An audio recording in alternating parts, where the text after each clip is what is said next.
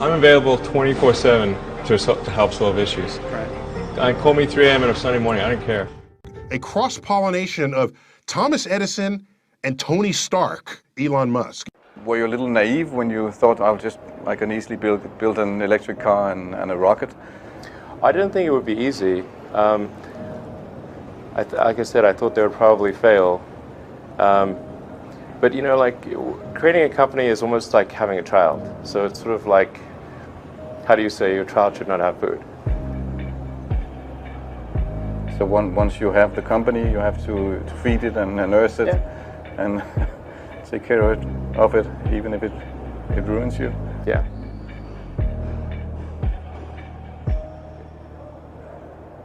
But suppose there were some tough times in 2008, end of 2008. How did you get through that period of crisis? Yeah. Can we just break for a second? Sure, of course. Yeah. You want to wait a little while? Man, I sure hope it was worth it. Sure hope so. Pardon me? Sure hope it was worth it. It's everything. And I was borrowing money from friends to pay the rent. Well, I mean, Tesla really faced a severe threat of death due to the Model 3 production ramp. Essentially, the company was bleeding money like crazy, and just if we didn't solve these problems in a very short period of time, we would die. And it was extremely difficult to solve them. How close to death did you come?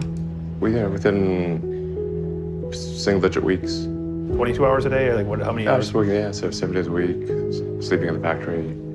I worked everywhere I worked in the paint shop, general assembly, body shop. You ever worry about yourself imploding? Like it's just too much? Absolutely. No one should put this many hours into work. This is not good. People should not work this hard. They should not do this. It's very painful. Painful in what sense? It hurts my brain and my heart.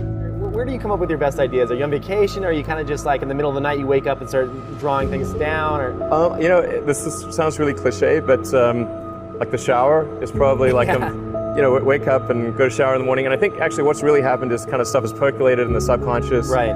And it's not really occurring in the shower, but you're kind of getting the results of last night's, computation, basically. Right. Whatever area that you get into, given that, even if you're the best, there's always a chance of failure. So I think it's important that you really like whatever you're doing. If you don't like it, life is too short.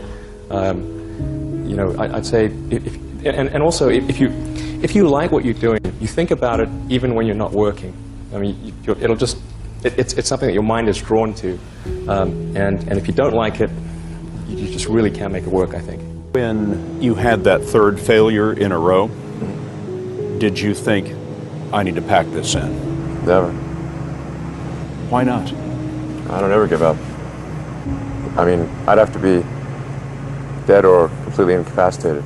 Starting a business, I'd say, number one is have a high pain threshold. That's it. There's a friend of mine who's got a good saying, which is that starting a company is like eating glass and staring into the abyss. Okay, that's generally what happens, because when you first start a company, there's lots of optimism and things are great, and then so happiness at first is high.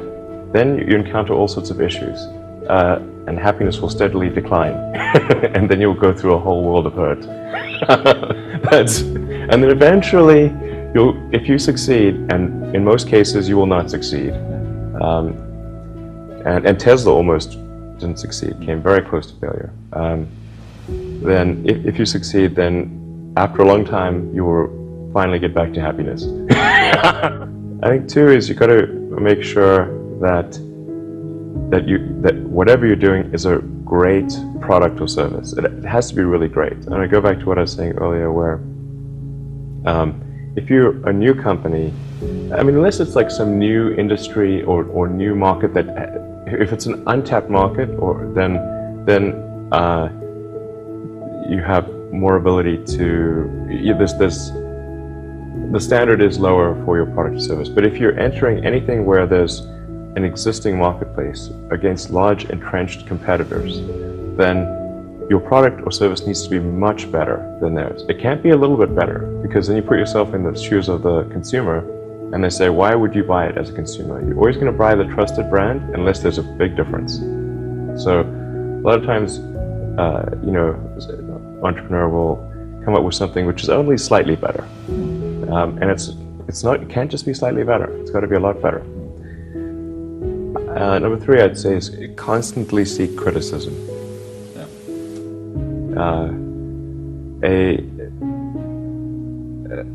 A well thought out critique of whatever you're doing is as valuable as gold.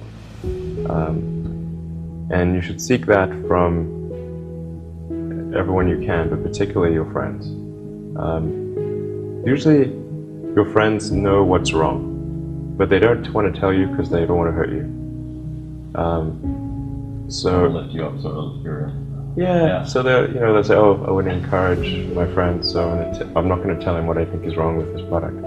It doesn't mean your friends are right, but very often they are right. And you at least want to listen very carefully to what they say. And to everyone, if you're looking for, basically, you should take the approach that you're wrong. That you, the entrepreneur, are wrong. Your goal is to be less wrong.